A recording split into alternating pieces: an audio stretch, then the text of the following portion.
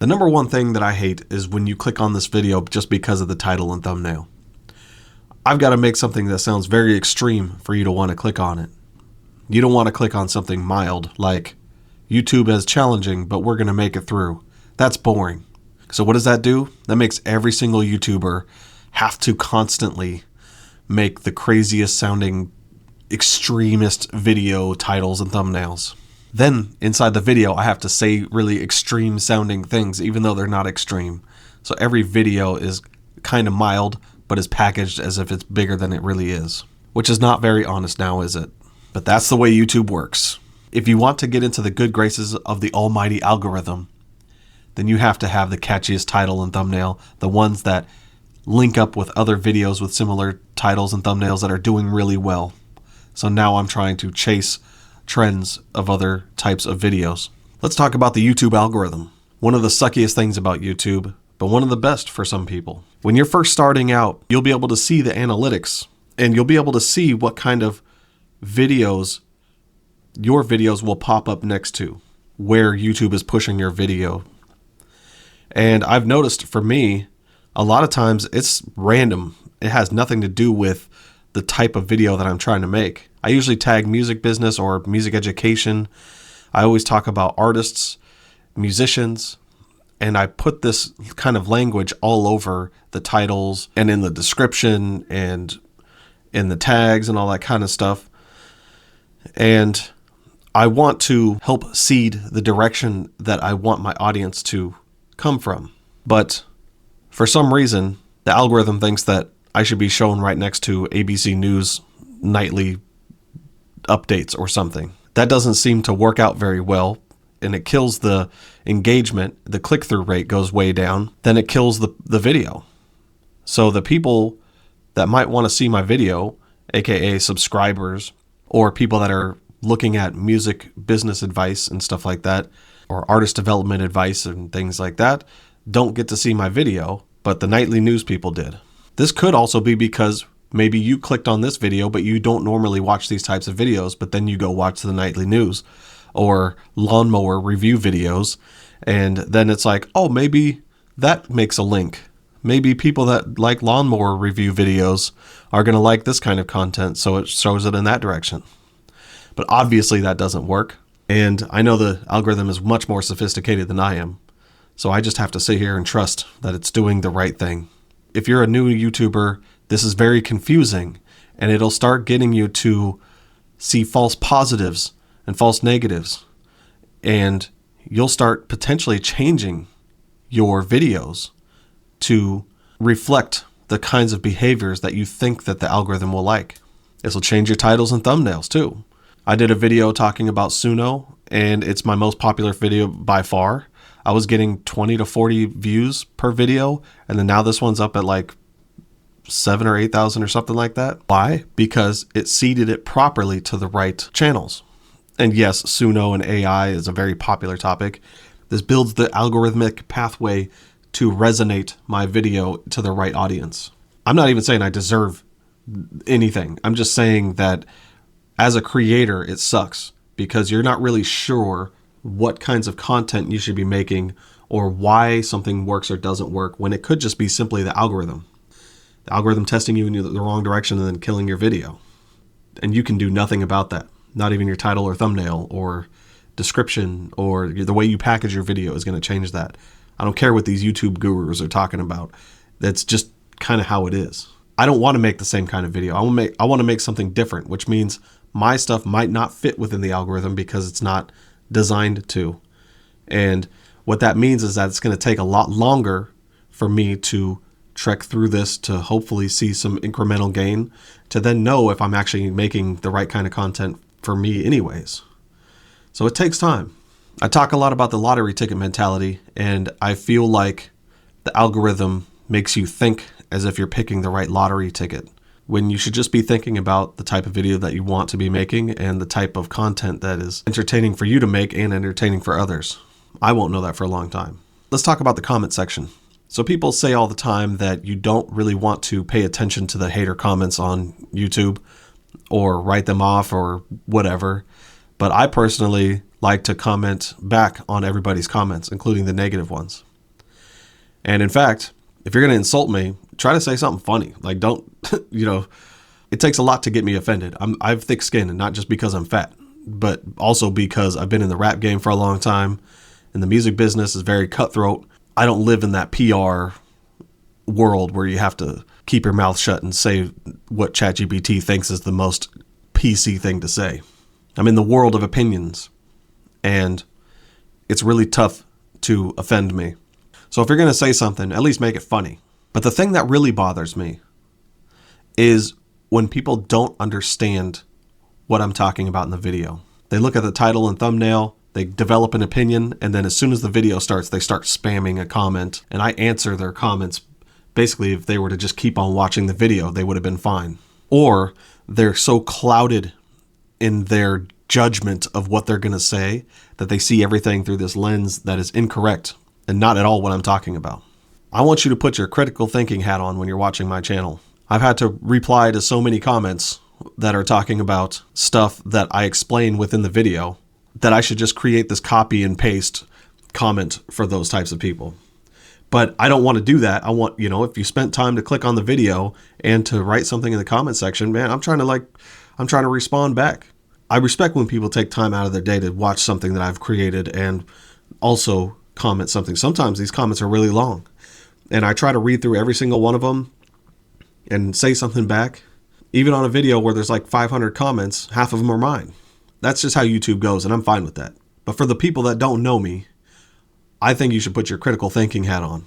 And if you're going around commenting on thousands of other videos, random stuff that doesn't really have to do with the video, then you are doing yourself a disservice, not the person making the video.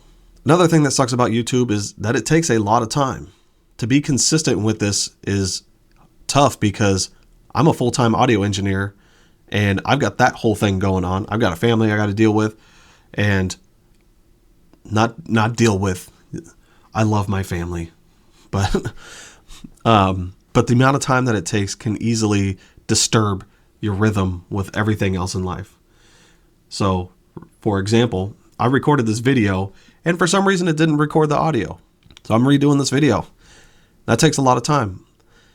Meanwhile, I've got other things that are more important going on in the house, and I got to stay consistent. So that's my goal, and that's what I'm going to work towards. It's an obtainable goal, but at the same time, if you let up on that pressure, then it's going to slow you way down and knock you out of your rhythm. I feel like with YouTube, everything's about a rhythm. With music, everything's about a rhythm. Anything in life. Now, the next thing that sucks about YouTube is more of a personal one for me, but I have to confront the fact that the things that I think are important to talk about, people don't find that interesting. So, for example, I think that artists should be thinking about the character that they're trying to develop.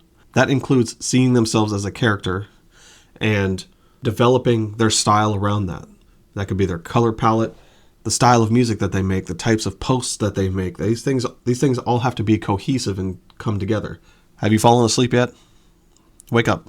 I know some people are interested in it, but do they actively want to go on YouTube and watch videos talking about it?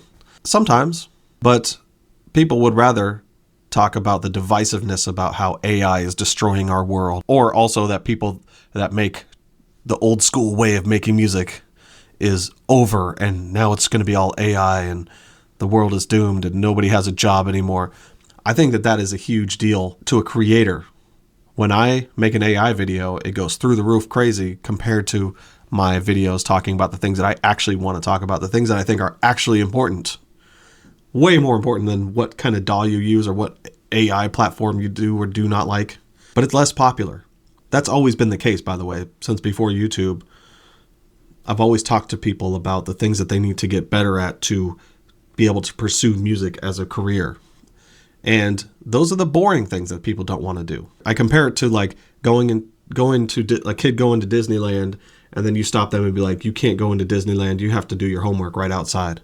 So they get to look over there and everybody's having fun over at Disneyland, and they have to sit there and concentrate on their homework. But that's what it is. You have to do the boring work also. Nobody wants to hear that. Don't fall asleep on me. I'm watching my retention graph dive off a cliff right now. Anyways, that's more of a personal thing with me. And I have to figure out how to make this entertaining while also implementing those lessons within that, which to me feels like you shouldn't even need that. You should be able to just handle the advice. But that's my problem. Check. Is my mic working? Am I going to have to redo this whole thing? Don't worry. These videos will get better over time and they will be less of an issue with microphones. But like I said, I'm out of time. I got other things to do. I'll piece this together as I go. Let's talk about the things that I love. I get to make the kinds of videos that I want. And unlike what I was just saying about how tough it is to make the things that you want, the truth is that I understand that this is a long game and I could play around with any types of videos, and it's a creative platform for me. And I could decide one day that I'm just going to make videos of my chickens. I get into the hobby side of cameras and equipment and colors and lighting and all that kind of stuff, photography. So this is fun to mess around with this stuff. For example, now I'm a chicken photographer. Here's a picture of my chicken right here. Here's a picture of my chicken right there, and my dog, and some other things that are animal related. I love that kind of stuff. It's fun. Another thing that I like about YouTube is the long form format. When I was making shorts for TikTok and Instagram, it was like I had to condense all of this information into this like 3-minute jam-packed, boring snooze fest of a video. And I think my interactions showed that people got bored of it pretty quickly. Because when you're on TikTok, you're not trying to watch something super educational. In fact, you can't watch something super educational because things that are deep require time to explain. That's what I do. So this is a great place to rant on for a long, long time. I love the craft of getting better. There is no end to the music business and the amount of crafting and getting better that you can do. It'll never stop. But at the same time, this is something different. When you take your hobby and then you make it your career, a lot of times there's this void of wanting another hobby, and doing videos and messing around with this kind of stuff is actually really fun. And as of right now, it's not a career. It's just me just making videos. I haven't chilled myself out enough yet. Stay tuned. Another thing is I love communicating with new artists. At my studio, there's a group of people that I know, and they're local, and I've been able to build long-term lasting relationships with those people. But YouTube is like way different. I'm able to communicate with a lot of people around the world that may or may not find the stuff that I'm making interesting. But for the people that do connect with what I'm saying, it's different than having somebody in the room with you having a conversation. It's a cool feeling knowing that I can communicate like that as well. That's one of the reasons why I'm communicating in the comment section so much. Like I want to reply to everybody's stuff, is because the communication side of it is more than just creating a video and putting it out into the world for no reason. If you're a new up and coming YouTuber or content creator of any kind, reply to everybody. These people are reaching out to communicate, and even if they say something you don't like, it's okay for somebody to disagree with you. That's just how the world works. Not everybody's going to think the same way that you do, and you could have a great conversation with that person. They may hate what you make, but they might think you're a cool person, and that's enough. What a great motivational speech that is. Okay, what's the next thing? I get to test my opinions in the public domain. That's interesting to me because when you're by yourself or you're talking with your friends or coworkers, you're in a bubble. And you may be confident thinking that you know what you know, but until you start making videos, you can just say whatever wild shit you want and it's fine. But when you start making those videos, you kind of feel the heat to be able to package things in a way that is actually, first of all, correct.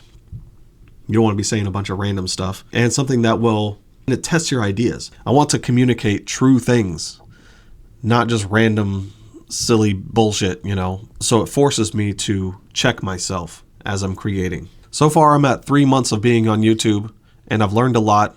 And I appreciate everybody that spent their time out of their day to watch my videos and comment and subscribe and like and share and all that good stuff. If you have a hater comment, make it funny. I'll talk to you later.